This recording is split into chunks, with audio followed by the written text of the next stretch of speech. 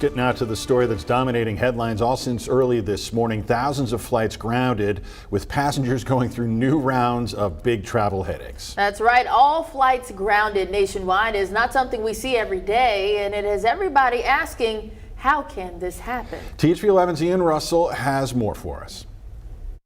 Flights delayed and canceled, not just here at Clinton National Airport, but across the entire country. So what happened and what happens next?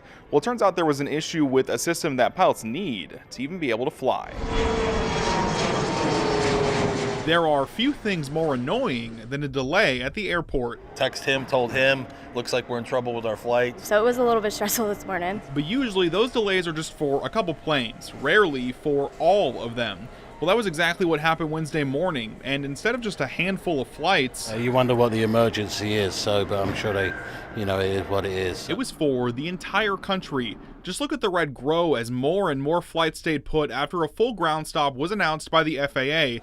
And the reason for that stop isn't small. The NOTAM system is a crucial safety system that pilots are required to check before they take off. Clinton National Airport spokesperson Shane Carter says the Notice to Air Missions, or NOTAM system, is basically a warning that lets pilots know of any issues they may see on their flight.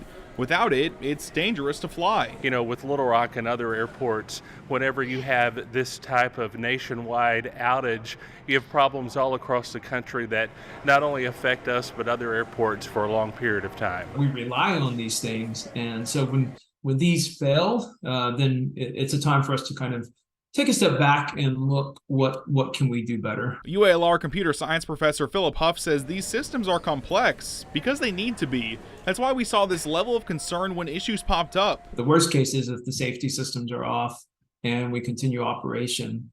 So it sounds like they did the right thing and followed the procedure, but it definitely was concerning. While delays are still happening, flights are back in the air.